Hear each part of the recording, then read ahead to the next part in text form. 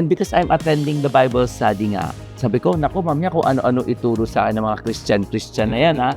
Then I realized that in a Filipino-Chinese family like ours, where our identity is very much anchored on how well we lived out yung mga ganong tradition. So the point na pati yung values like filial piety, naka-base yun sa gaano kami ka-diligent in performing those traditions. Napapaisip lang rin ako sometimes, no? Paano kaya kung hindi ako naging Christian? Mas maging mabilis ba yung buhay ko and stuff, no? Kung ano, kasi yun nga, easier to disobey. Yeah, you can do whatever I want, totoo. Kasi before that, I was so filled with the fear of dying. Like, there were all these, etong date, mag-end of the world na daw.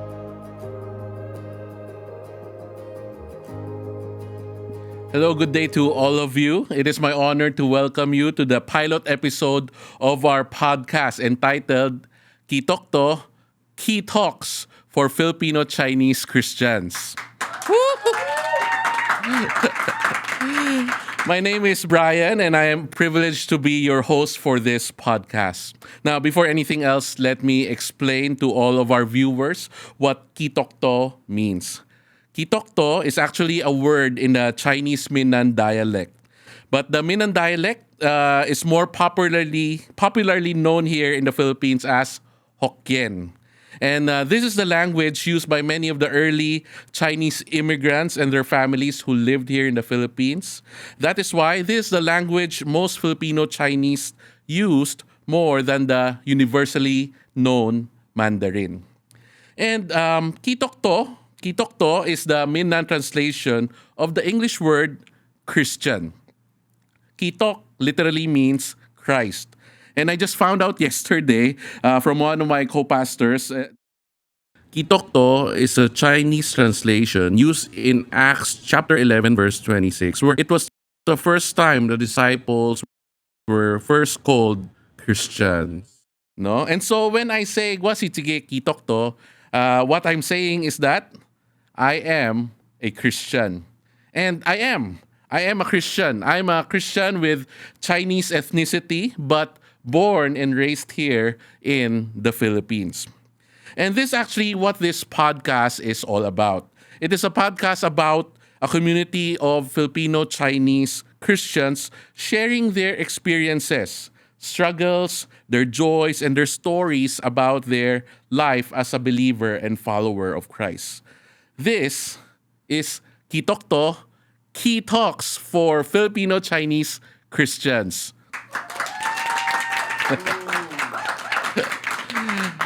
Thank you. Now, before I tell you the topic for our pilot episode, allow me to introduce myself once more. My name is Brian, and I'm a pastor here in United Evangelical Church of the Philippines, which is a Filipino-Chinese community here at the heart of Binondo, the Chinatown of Metro Manila. And I will be your host for this podcast. And our topic for today's episode is being the first Christian in the family. You know, there were not a lot of Filipino-Chinese Christians here in the Philippines. Most Filipino-Chinese usually have a mixture of different beliefs. They would classify themselves as Buddhist, but offer sacrifices in a Taoist temple. Pero during Holy Week and Christmas naman, they attend Mass in a Roman Catholic Church. And so, there are very few Christians. There are also many Phil-Chais who consider themselves unreligious. And there were some who migrated here from China, already believers of Christ, but not a lot. They were actually the first ones who planted the first Chinese churches here in the Philippines. And these Chinese churches actually established Chinese schools also here in the Philippines. So there were many Filipino Chinese who only heard about Jesus and became Christians while living here in the Philippines already. So many of them were the first Christians in their family. And alam naman natin, we all know how hard it can be for anyone to disaffiliate themselves from their family's religion. It's not just differentiating yourself from their beliefs, but it might also affect your participation on many of your family's traditions and practices. And alam natin, that is not easy to do.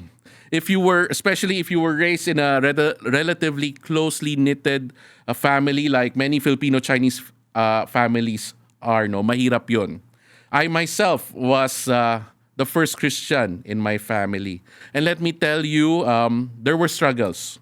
Not only with my immediate family, but also with even with my relatives. And today, our first guest for our podcast, we also invited Phil Chai friends with us who were the first Christians in their respective families. And they would also share their stories with us and experiences with us today. So allow me to briefly introduce them. First, we have Atsi Christine Sim. Then next, we have Atsi Rowena Ong. Then finally, we have Ahia Patrick Tan. Now, let me explain briefly lang, no, what Ahia and Atsi is. Ahia is big brother, while Atsi is big sister. And that's how we address each other in our church. Ahia Patrick, Atsi Rowena, I'm Ahia Brian, no. It's kind of like a term of endearment, no, which we call each other because we are brothers and sisters in Christ. Now, can we ask our guests to introduce themselves to us, who they are, what you do? Let's start with Atsi Rowena. So I'm Ati Rowena. So actually people at church, they call me Ati Ro. So I am of Filipino Chinese descent like all of you, but I love K-dramas and K-pop, and I enjoy watching Japanese anime, and I love traveling around the world. Wow. So, Sama naman kami next time. Yes, sure. Thank you. Atsi Christine? Yes, I've been married for 27 years. 27. Magda 27 years na. I have 4 children. And I'm primarily, here in the church, I primarily serve as a writer and a teacher. Okay, thank you very much. And finally, Ahia Pat. Okay, I'm Patrick Tan. I'm married with one daughter who will be my baby forever. I wish I have time to watch K-drama. Pero I'm working in a bank, no, wealth management. I'm part of the wealth management. I'm a team head handling the Binondo area. Wow, okay. Kaya naman pala nakikita ka din madalas dito sa Binondo, Ahia Patrick. No? Now, we invite them to share about their experiences being the first Christians in the family. So I'd like to ask first our guests to share a little about your family background and how, what is your family like and how you came to know or how you became a Christian. Can you share your stories? Maybe we'll start with Ahia Patrick naman. Like you mentioned, yung family namin, medyo ganun nga, no, international. We offer mga food, sa may mga paypay, no. Pero at the same time, I studied in a Catholic school, so I identify as a Catholic, no. So international siya. But anyway, my first encounter with Christianity was when an office mate invited me to attend a Bible study sa sa Youth Gospel Center. And because I'm attending the Bible study nga, sabi ko, naku, mamaya kung ano-ano ituro sa akin ng mga Christian na yan, ha. So what I did was I brought my Catholic Bible with me to make sure na yung tinuturo dun sa Bible study is in line with my belief. Wow, diba? naka-fact check ka na. But anyway, through the course of that Bible study, na-realize ko, baliktad, no? Yung belief ko pala, maraming inconsistency with the Bible. Siguro, one very big inconsistency was the 10 Commandments. Kasi the second command, yung thou shall not cast graven images. Nung nagme-memorize kami ng 10 Commandments in school, hindi kasama yon. So that's one, no? And I remembered we were doing a Bible study on Ephesians then. So na-stuck talaga ako dun sa Ephesians 2:8 to 9. Yung for it is by grace you have been saved through faith, di ba? So dun ako na-stuck. Tapos, yun yung hindi ko maintindihan. And then, siguro after 2 months na nasa chapter 4 na kami, pero ang bumabalik-balik sa akin na thought is yung verse 8 to 9, di ba? So, pero when I finally understood that, I decided na, next tomorrow, kasi Saturday yung Bible study. So, tomorrow I will go to UECP for church.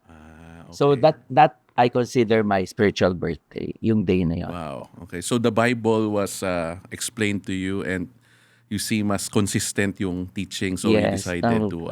yeah.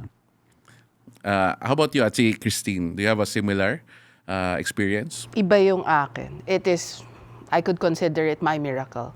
So, pero my background is parang yung kay Aya Patrick. So, may Santo Niño sa bahay, but there were also all these Buddhist, scary-looking gods around. And yes, we don't go to Catholic masses, but we do the food offerings. We do that on certain special occasions. And then one day, after I graduated from high school, I was swimming with 2 other friends doon sa YMCA, dyan sa Gandara. Swimming lang. Actually, 4 sila magkakapatid. Ako lang yung, kumbaga, hindi kapamilya nila. And then, they met one of their classmates sa swimming class. She was a Taiwanese. She was going to church here in UECP at that time. And then, introduce, talk, and then sabi niya, do you have time this afternoon? Let's go to Happy Burger. So for those of you who know Happy Burger, you know what I mean. And then so, okay, sure, it was vacation. So we went. And then while we were there, she shared the gospel. And I was so, there was this joy that came into my heart. Kasi before that, I was so filled with the fear of dying. Like, there were all these, etong date, mag-end of the world na daw. We had all those, lalo na sa school, malakas yun eh. So, 4 days of darkness. Yung mga ganon. So, I was so scared of dying because where will I go? Of course, I hoped I would go to heaven, but I wasn't sure. So, when she shared that, no, you're not going to hell because Jesus already died for you. Like, really? And then that day, I accepted Jesus Christ as my Savior. And I call it a miracle because she didn't just let us go after that. So every Saturday, she met with us. She started teaching us from the book of John. So, every Saturday yon until yung sa 2 kasama ko, magkapatid yon nalaman ng parents nila, pinagbawal sila. So, ako na lang. Kaso, magka-college na kami. So, I was going to LaSalle, she was going to UP. So, sabi niya, can I refer you to some friends of mine who are doing a Bible study at one of their houses? Yung isa doon malapit sa LaSalle. And you join them. So, I joined them. And then, that was the start of my new birth. Okay. Wow. Just curious, which high school do you go to, Ate Christine? Chiang Kai-shek College. Chiang Kai-shek, okay. I remember Happy Burger. Naabutan ko rin yun, no? But my mom hung out a lot there as well, no? When she was studying in Uno raw, no? So, yeah. Sana naabutan ng mga anak natin, pero wala na. Okay. Pag alam mo yung Happy Burger, alam mo na yung age. Nako, delikado yan. How about you, Ate Rowena? Ate Ro? Ako naman, I was born and raised in Chinatown. So pretty much yung mga practices na Filipino-Chinese, I was very much immersed and exposed to them. Siguro like what Aya Patrick shared, no, it's a mix of yung ibang bordering on religious, so may Catholic, na may halong Buddhist, na may halong Taoist. It's that kind of background that I grew up in. And like Ate Christine, I also went to a non-sectarian school. So pretty much what I know about the Christian faith, I learned when I was already in university. So prior to that, ang alam ko lang based on Christmas stories or based on the little things that I hear if I was listening to the mass na ina-attendan ko together with my auntie. So sa office ko na rin na-encounter si Christ. So it was at a much later age. So during that time, I had a colleague who invited me to attend their Tuesday Bible study. So nung time na yun, bago pa lang kasi ako, alam mo pag bago ka sa trabaho, medyo hindi ka makahindi. Yes, So, yes. and I felt that kailangan ko makisama You para had to tumagal fit ako in, dito. yes. So I said yes. And then after that, so 3 years and several Bible study sessions afterwards, I met my high school best friend in a class reunion. Tapos nagulat ako, to my surprise, she told me that she already came to know Christ at Christian na daw siya. And then she shared the gospel with me. And on the spot, I also committed my life to the Lord and said that, okay, I wanted to receive Christ as Lord and Savior. So talagang looking back, inisip ko nga parang why was it so easy? Kasi si Lord din nagplanta siya ng maraming seeds of the gospel prior to that moment. So it was easy for me to say yes. So it has been a wonderful journey with the Lord since then. And kanina hindi ko na-share, no, I am still working in the same office where I first encountered Christ. So I am purchasing manager in a local supermarket chain. Okay, that's great. That's great. Nag-work, you fit in. Hanggang doon na nandiyan ka pa rin. Oh, yun nga eh. Okay. It's interesting, no? I think the three of you went to a non-sectarian school. Catholic school, tama. No, I just wanted to share because ako naman, I was born in a non-Christian family. Most of my relatives went to non-sectarian school or non-religious school as well. But for some reason, napunta ako sa isang Christian school, which is Hope Christian High School, no? And that's where I came to know about the Bible and heard about Jesus. But to tell you honestly, all my years, yung nga, elementary ako sa Hope Christian High School, I never really took it seriously, marinig ko about Jesus, about the gospel. Only when I got to high school, when somebody invited me here sa church, no, in a we call student fellowship. It is a gathering of high school students. And that is where I started to really know the Lord. My counselor back then, we studied the Bible together and I learned more about the gospel. And that summer, no, after that school, my summer, there's a summer camp held by the church, high school summer camp, and I attended that summer camp. And that's where actually I took my faith seriously. And when I came home from there, I came home knowing that I am a Christian na. No. Now, curious lang ako. When you became a Christian, how were you able to communicate it to your family or to your parents? Kasi ako, I never really knew how. And actually, just want to share, no, I don't remember telling formally my mom, mommy, Christian na ako. I don't remember doing something like that.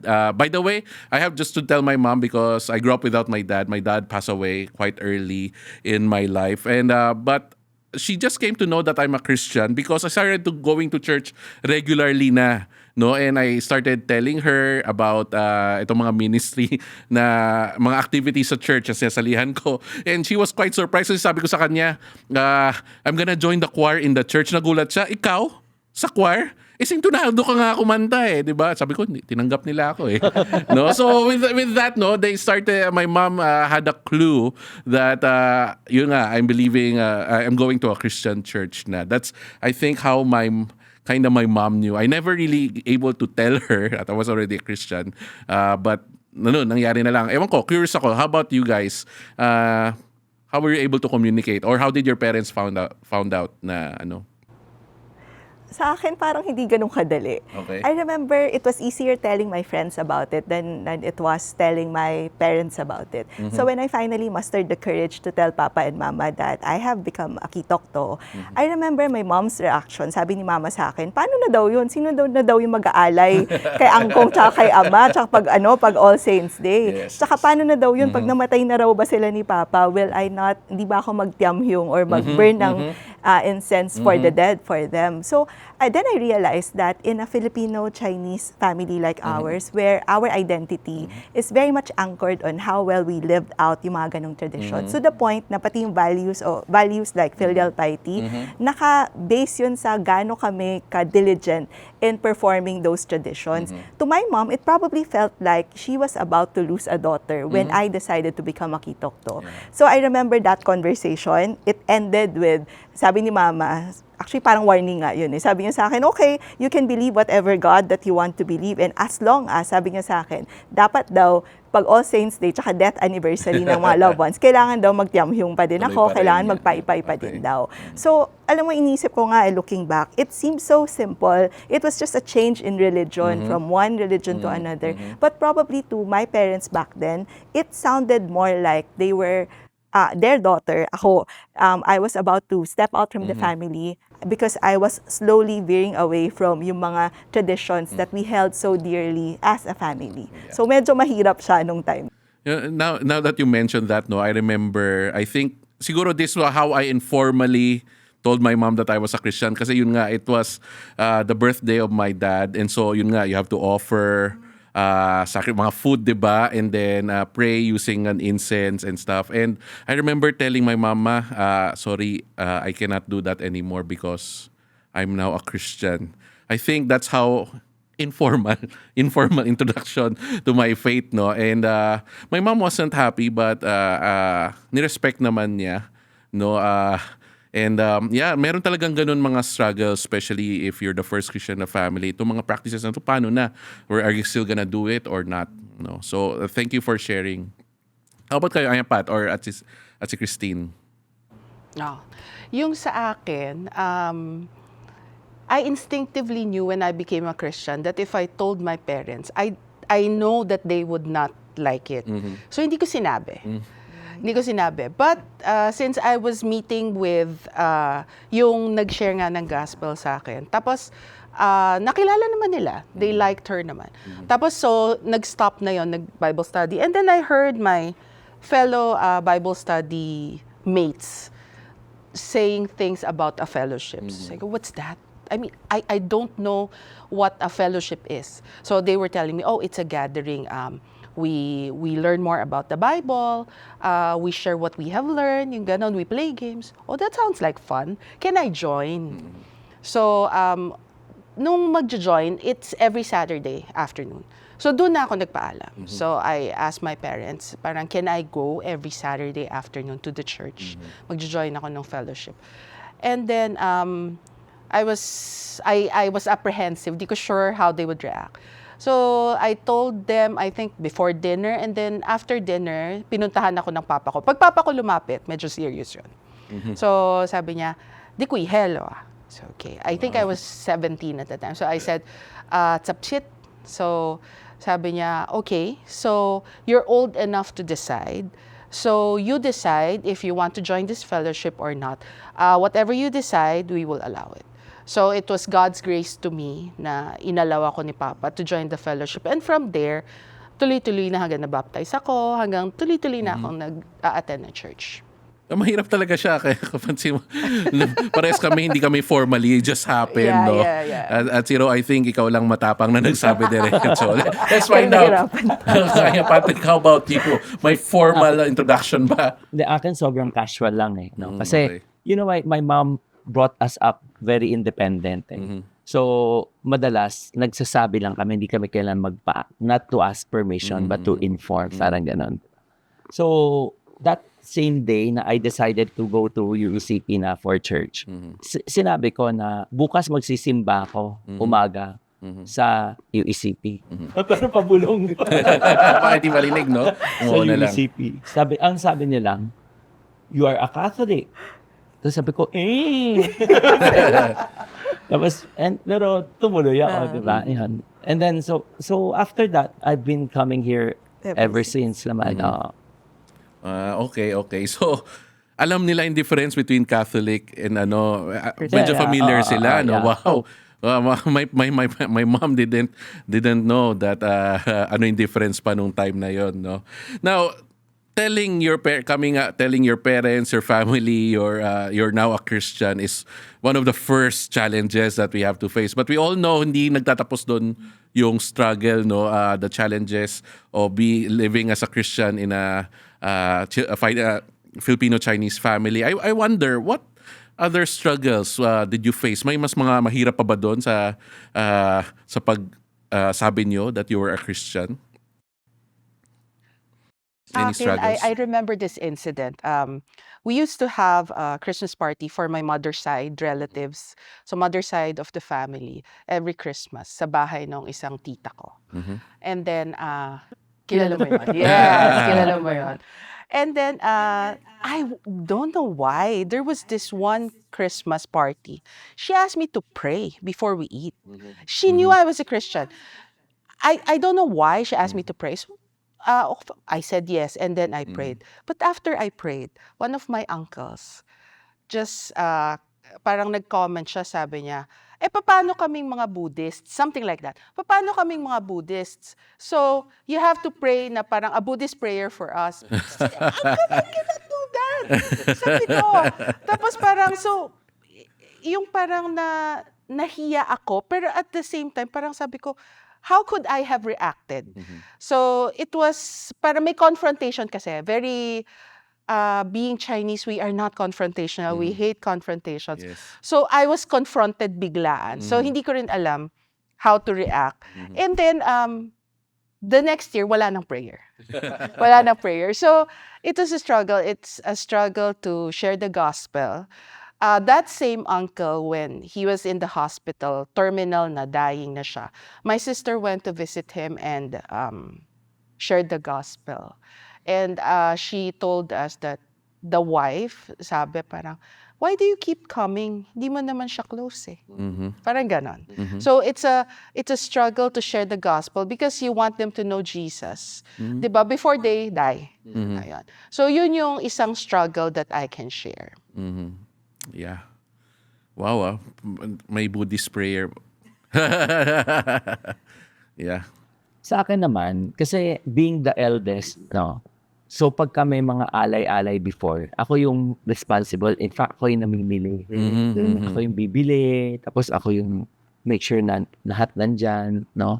Although sila, yung mga elders, sila yung nag-start, di ba? Pero eventually, lahat kayo, di ba, magpa-participate.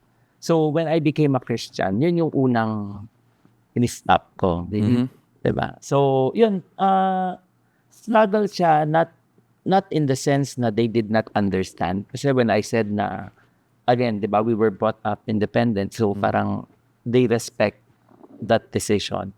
Pero, yung on my own, parang na, is this really right? Kasi parang may struggle ka na to obey, but is this obedience talaga? Is it necessary to parang break the filial piety for obedience? Yung parang ganon, di ba? So, yun yung unang struggles na emotionally then when I became a Christian. Yeah.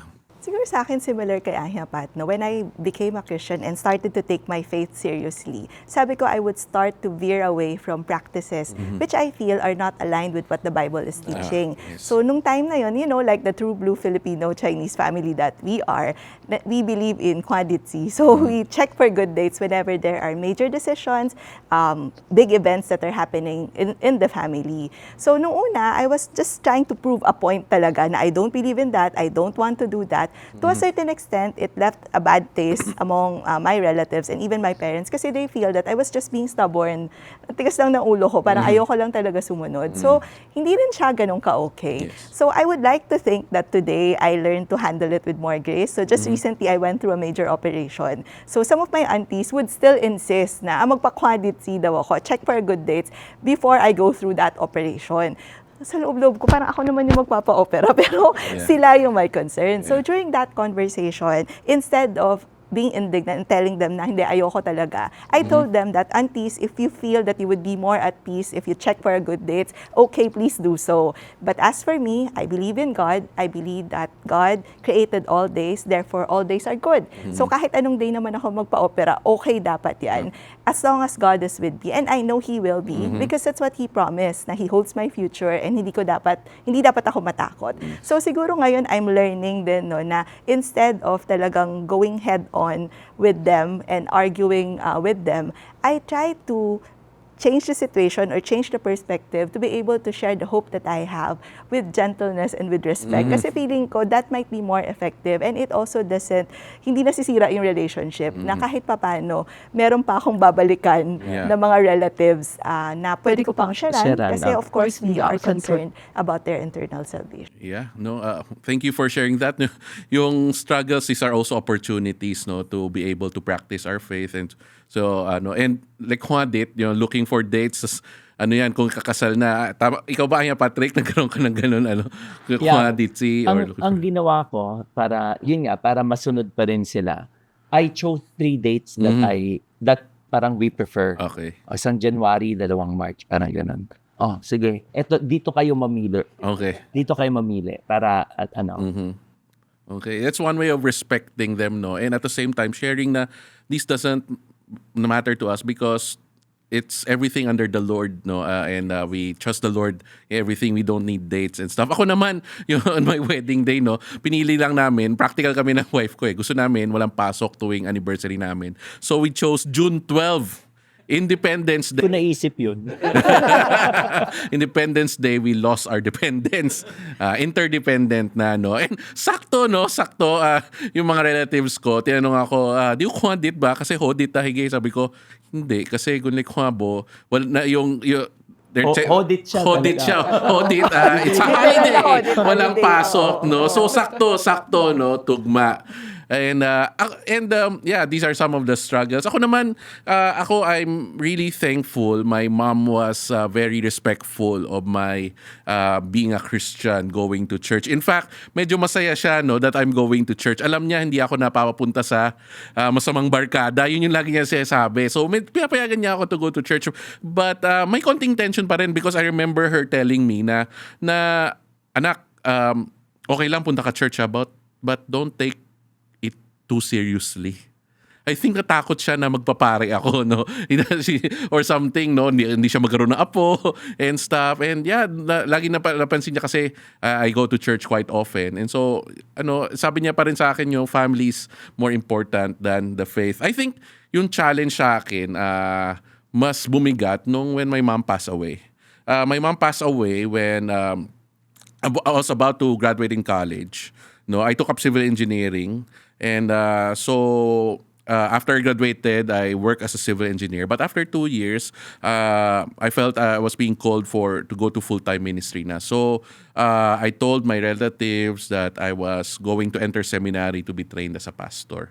Now, doon na nagkaroon ng tension talaga, no. Many of my relatives approached me, came to me, talked to me, and actually told me, no, are you going to waste your mom's sacrifice? Pinaaral ka in Lasal, ang dami niya, while she was sick and stuff, to give you a good future, and now you're throwing it all away para magpare or magpastor or something. So, and that was a big blow to me. Medyo nasaktan ako when they told they told me that, no. But what gave me comfort was I actually had my mom's blessing because my mom became a Christian then, no, before she passed away. And I actually had her blessing that I told her that I'm gonna be a pastor. Sabi niya, actually, may feeling naman siya na magpapastor ako, no? So I actually told my relatives about that. At in the end, they were not happy. I don't know if they believe me or not. And sabi nila, saan kukuha ng pera? No? Which is very important in a Filipino-Chinese financial stability. And I tell them, I believe the Lord will provide. Sagot nila sa akin, bigla na lang mahuhulog yung pera dyan, and kailangan ko pa paaralin yung kapatid ko, and parang yung pag-aaral ko, and of course, how will I help financially at home. These things, yung talagang nagkaroon ng tension, no. But I praise God kasi totoo, no, si God nung nag-provide for my seminary training. Actually, while I was studying pa nga, I was was able to get support, and I was able to pay for my sister's tuition pa during that time. But yeah, it was, so I showed them naman yung faithfulness. Nakita naman nila, but at first talaga grabe yung tension, no? Grabe yung tension. And sometimes this tension can cause you to really rethink, worth it ba yung pagiging Kristiyano ko, or that I became a Christian? I just wondered, and did any one of you doubt or maybe thought twice about you being a Christian with the struggles and the challenges that you face in your family? Have you ever thought na, wag na lang, ayoko na maging Christian? And since you're here now, you probably you stick to your faith. What made you stick to your faith of becoming of following Christ in spite the challenges that we face? I'm curious. Siguro sa akin, over a year after I became a Christian, we went to Singapore for a family vacation. So while we were in Singapore, dun na stroke si mama. So what was intended to be a happy and fun vacation turned into a very frightening one. So, 'di ba, dun pa talaga. Yeah. So hindi lang din siya no medical emergency for us. It was quickly spiraling down into a financial crisis because at that time, yung savings namin, sakto lang siya para dun sa bakasyon. Wala talagang spare para magkaroon ng emergency. So at that time, I was a new Christian. Sa totoo lang, I didn't know how a Christian was supposed to respond sa isang ganyang situation. It was really talagang hindi ko alam paano gagawin. I was a lot younger, so I didn't know. And honestly, feeling ko talaga, medyo parang nabudol ako dun. I didn't know that when I signed up to be a Christian, when I signed up to follow Christ, kasama pala dun that I will also go through trials like that one. Pero ang galing lang din talaga ni Lord because He provided, just when doubt started to creep in, He provided a lot of help from friends, friends of relatives, friends of friends. So, naitawid naman namin. And because we had to stay back, kasi na-stroke nga si mama, she couldn't fly. So, during that time, I actually had more time to spare to do daily devotion, to read the Bible more, to pray and reflect more. And kasi nga, na-delay yung flight namin by 2 to 3 weeks. Inabutan na ako ng birthday doon. So, my birthday happened to be a Sunday that year. So, I told my mom, sabi ko, Ma, birthday ko, pwede bang mag-church? And kung nag-church ako, pwede ka bang sumama? And she said yes. So we said yes, and then she said yes, and then after that, we went to a hawker place to have a simple birthday lunch. So ang galing lang kasi the church was just 2 blocks away from the hotel where we were staying. So it was an easy walk even for a stroke patient like her. So sa akin, part na yun ng core memory ko. Kasi if not the first, that's probably one of the first few times that Mama and I attended Sunday service together. So in the middle of that crisis, I realized and I learned na, as Christians, hindi pala tayo exempted from going through trials. Pero exempted tayo from going through it alone because the Lord promised naman that He would walk with us even as we go through the valley of the shadow of death. So that is very comforting for me. Wow, that's a wonderful testimony, no? Totoo yan. Kasi parang marami nga nag-give up the faith sa pagiging Christian because many people thought na kung naging Christian ka, mas bibilis ang buhay. But the Bible does not actually teach that, no? Hindi nawawala yan. But ang promise ni God sa atin is we will be more than conquerors in all of these through Him who loved us. So tuloy-tuloy pa rin yung struggle pero nandun yung strengthening ni God, tama ba? And I think that's what happened. Biruin mo naman, mas stroke in a different country. That's Right. nakakatakot yun. Takot. Yeah. How about the others? Meron ba kayo experiences or have you had that experience that you thought? Sa akin, it's more of, because before I became a Christian, I was fearful of dying. Because I didn't know where I was gonna go. So after my friend, the one who shared the gospel to me, yun yung talagang the one we always hear about, John 3:16. For God so loved the world that He gave His only begotten Son, that whosoever believes in Him will not perish but have eternal life. It fits in with my idea of if there is a God out there, and I know that there is a God because there is love, there is kindness in this world. But so if there is a God out there, it makes sense that He would sacrifice greatly to save me. At the same time, if there is a God out there, He must be a just God. May justice dapat. Kasi nakikita ko rin naman that evil people can be punished for their crimes. So, He must be a just God. And He was a just God. He's just sent His Son, Jesus, to die for me instead na ako. So, naging si Jesus. So, sabi ko, that truth in the Bible is what keeps me parang stuck to this faith, never wavering from this faith because I know that my God is the one true God. Yeah, when you know the truth, hindi ka na, bakit ka pa maghanap sa iba, no? Yeah. Thank you for sharing. Ay, Pat, ikaw? Siguro I thank God na wala akong, yung to the point na I would want to give up, di ba? Pero of course, there are difficulties along the way, no? Yeah. Difficulty, especially when it comes to obedience. If you have to obey something Totoo.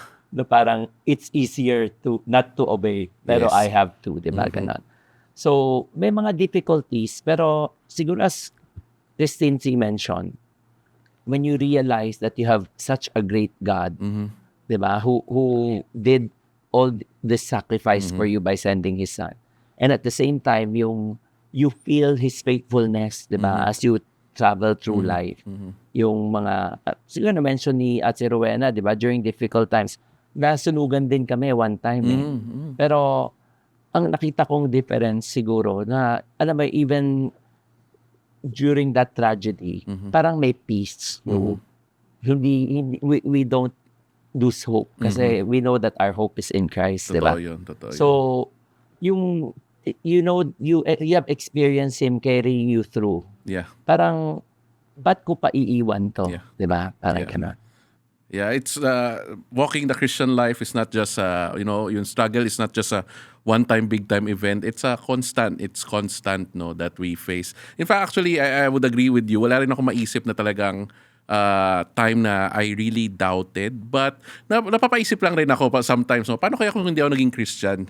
Mas maging mabilis ba yung buhay ko and stuff, no? Kung kasi yun nga, You could do easier whatever to you want. Yeah, you can do whatever I want. Totoo, no? Parang sama ka sa barkada mo and stuff. And many times as Christians, ang mahirap is to say no. Say no to people na magtataka sila kung bakit mukha kataloy KJ and stuff, no? So, yeah, napaisip rin ako, is it worth it to be a Christian? But, every time, I remember my life kasi. I remember my life before I became a Christian. And it's really different. Before I became a Christian, I have lots of fear. Marami akong insecurities. At the same, I'm afraid of dying as well, no? And mababa self-esteem ko. No, hindi mo mga ganito, no? And mapa-speak in front, no? Maniwala man kayo sa hindi. Mahihain talaga ako dati because I have very low self-esteem.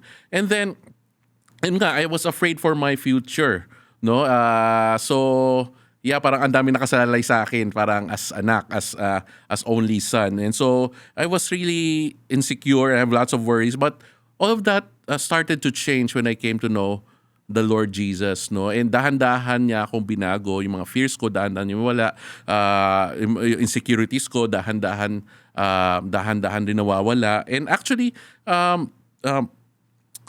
before I graduated from high school, no, that's when I thought about my life. Maiksi pa lang pagiging Kristiyano ko. I think I was just 3 years as a Christian. Pero inisip ko na, no, wow, indeed, no, knowing Jesus was the best thing that happened in my life. Kasi I remember who I was before, and every time I see myself now, not that I'm a lot better person now, hindi naman sa ganun, pero nakita ko lang talaga how He's guiding me every step of the way.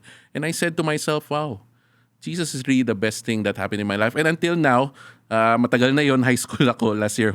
Until now, I can really say that. And I would really agree what actually the Apostle Paul said in one of his letters in Philippians. Sabi niya, Philippians 3 verse 8, sabi niya, what is more, I consider everything a loss compared to the surpassing greatness of knowing Christ my Lord. And so, until now, that is my life verse, no, that keeps me going. Because totoo, maraming mawawala, maraming maybe opportunities na you have to say no to because you're a Christian. But at the end, what you have in Him is a lot better. So speaking of that, no, naman we talk about the struggles. There is joy. There is joy in the struggles kung nandyan si Christ. No? And just want to ask, no, how has being a Christian been a blessing to you and your family naman? At si Christine, would you like to start us off? Ako, I was able to share, after I became a Christian, I shared the gospel immediately to my 3 sisters. At that time, all 3 of them accepted Christ. But only 2 of them followed through. They also went to Youth Gospel Center. Okay. So doon sila how do you say it? Na-disciple, doon sila nag-grow, and eventually they attended another church. And then, but the other sister, up to now, hindi pa rin siya Christian. So I still pray for her. So that is, and at the same time, I met my husband here sa fellowship. And I have 4 children who are, yes, all 4 are currently serving here in the church. So it's a great blessing from God na because of that, parang yung next generation Christians din. And at the same time, yung binanggit mo kanina na parang mas mahirap maging Christian, mas mahirap mag-say no. Aside from that, ako naman, during the pandemic, I felt that, oh, I'm so glad I'm a Christian. I have Christ, so I have hope in me.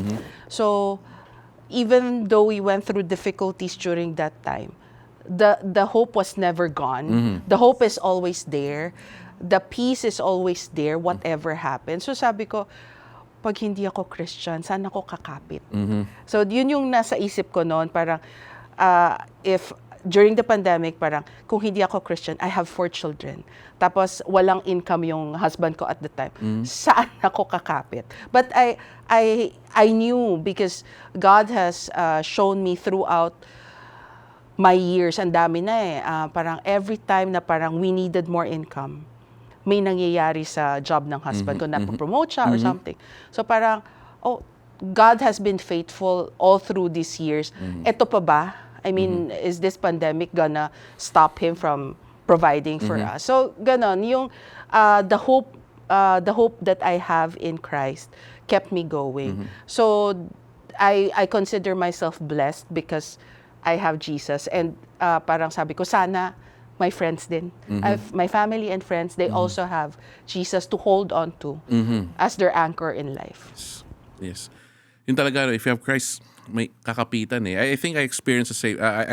I believe I experienced the same thing. As I've said, I've lost my mom, and very close to my mom. So during that time, parang pinagkapitan ko lang talaga si Lord, no. And looking back, I don't think I would have survived the death of my mom and my grandparents, kasi laki rin ako sa lolo lola, no. And so I was very close to them, and all of them passed away in itong mga past 20 years and stuff. And lagi ko iniisip, bakit ang dami namamatay sa buhay ko? No? Parang, am I meant to be alone?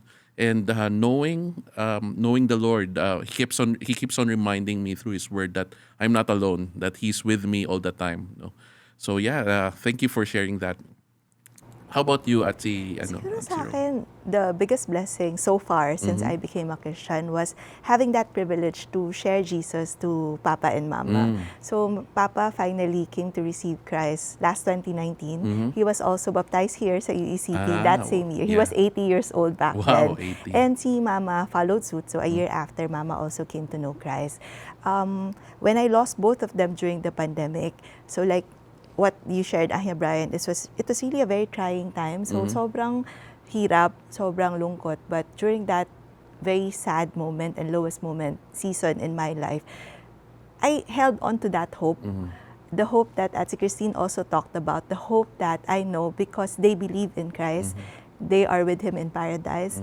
And it also gave me a lot of hope then that one day, someday, I will get to see them Yeah, again. look forward to it. Sobrang Yeah. nakaka-look forward. And kahit today, if sobrang miss ko na sila during those moments, I would just think of that time na siguro many years from now, I would get to see their faces again when I also get to heaven. Yes. Simply because all of us followed Jesus. Parang ganun lang siya kasimple. Yeah. So that thought talaga, it holds me and talaga Yeah. it carries me through. Yeah, that joy, no, of Yes. being able to other people to see how wonderful it is to know Christ. Actually, my mom also came to know the Lord, as I've shared earlier, and yeah, seeing that difference in her life, when she battled cancer, and we went through, and yeah, kita ko yung difference, and that brings me joy. That brings me joy, and even now, I look forward to meeting her once again, no. And so, yeah, that's one of the great joys that we experience as a Christian. Siguro I'll echo what they said din, no? I really feel blessed. Kasi parang yung peace ni God, parating nandyan, no matter what the circumstances. Minsan papanik tayo. No? Siguro ano rin lang natin, no, na sometimes we want to get hold of the steering wheel muna, di ba? Yes. So, parang do it our way. Pero when you are able to step back and then realize na, oops, we have to let go and let God, di ba? But tapos yung peace iba eh. Di ba? Yung peace iba eh. Nawawala yung panic, nawawala yung anxiety. Totoo. Di ba? Malaking bagay yun. So I really feel blessed. And since I'm like kunwari ngayon, di ba? I'm the father of the family, di ba? So matters a lot din. Kung panic ako, worried sila, Yes, di ba? of course. So I have to be, kumbaga, I have to be at peace so that my family is also at peace. Parang ganun. Yeah. Totoo yan. As Filipino Chinese, we all know money matters. No, and malaking bagay yan. And even in my family, the pressure and stuff. And we worry about these things. But if you have Christ, there's joy. Hindi ka mamayaman. but you know things will be enough. God will provide enough, no, and that's a great load off my back, and that brings me joy. So yeah, grabe no, daming experiences that in being a Christian. It's definitely it's not an easy life. It's full of struggles, but it's an exciting one as we came to know the Lord, and more and more as we face struggles, doon natin nakikita. No? So I hope also our viewers will be able to experience that yourself. I hope that you would, sa mga those among you who have already put their faith in Christ, I hope that you will experience the joy in the midst of the struggles. And for those among you na hindi pa, it is our prayer, it is our hope that you would come to know who Jesus Christ is, no, the reason why we are Christians. Now, our time is about to end. Just want to give an opportunity for our guests, no, to encourage our viewers. What can you say to encourage our Filipino Chinese community who are maybe first generation Christian, or maybe until now they're the only Christian in their family? Is there any message that you would like to tell them? Yeah. Siguro sa akin, no, to take heart and to see it as a privilege to be able to share Jesus to our loved ones. Ano, medyo matagal na akong Christian, but even up to today, I know that there are still things that I can do and words that I could say that would hurt people that I love. So pag naisip ko lang that my life might be the only Bible that they would ever get to read, it really sobers me up and reminds me na I have to choose the most Christ-like response possible. If it means swallowing my pride and apologizing first, or parang forgiving if I am also healing pa, or if it's extending kindness and patience, kahit na ako said at sagad na din, I have to do that because the goal is to be able to point them back to Christ. And siguro another encouragement is to really find encouragement in a church community.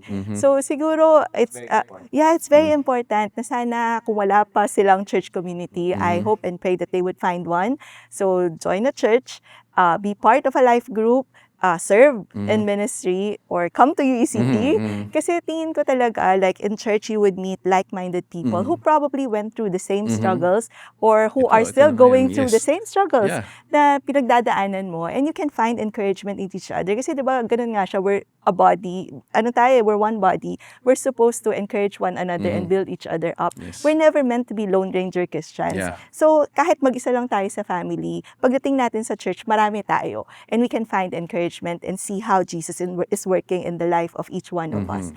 And siguro kung last, no, kung meron lang talaga, it's really to find encouragement in Christ. Kasi siya naman talaga yung source ng hope tsaka source ng encouragement natin. To really hold on to that because we are His work in progress. Sabi naman niya, He who began the good work in us will be faithful to complete it. Sa akin, the way I see it, being a Christian, para siyang yung perspective nung half empty tsaka half full. The half empty perspective would always remind us na siya, sobrang hirap. Kasi parang there are a lot of responsibilities, they have expectations, Christians, bawal to, bawal to, bawal to. So parang they think that of us. But I think the other side, the half-full side for me is when we become the first Christian in the family, we actually have that privilege to personally witness how God is working in the lives of our family members din. Para siya ang front row seat na meron ka talagang best access to how God is working in their lives, yung first time that they encounter Jesus. And eventually, talagang, who knows, di ba, if they come to believe in Jesus and receive Him as Lord and Savior, para sa akin, you would realize everything is worth it.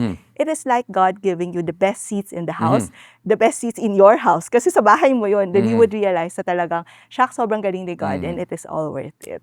Wow, thank you very much for sharing that to us and to our viewers. Anya Pat, how about you? Sa akin siguro ang ano ko no na when you are the first Christian in the family, it's not an accident.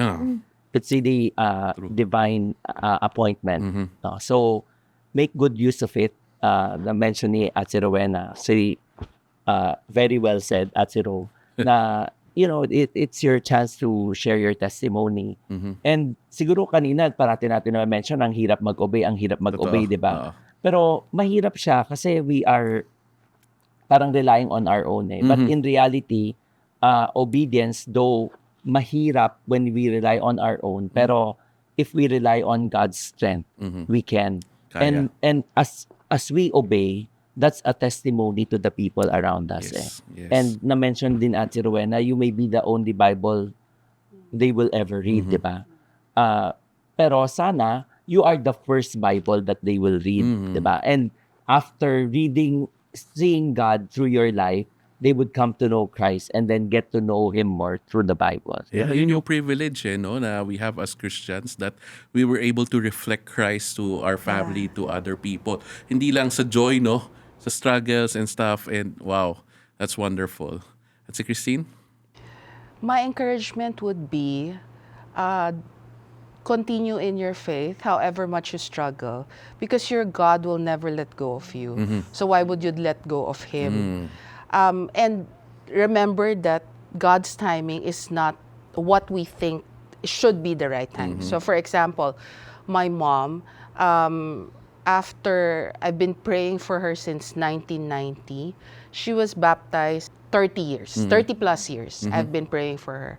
Wow. So yung timing na gusto ko, syempre when I became a Christian, I wanted her. Kaagad sana, Yeah, no? yeah. Immediately, like the whole Pero hindi family. eh. Yeah. But it's not. But God is truly faithful. And then, ang daming promises ni God sa Bible eh.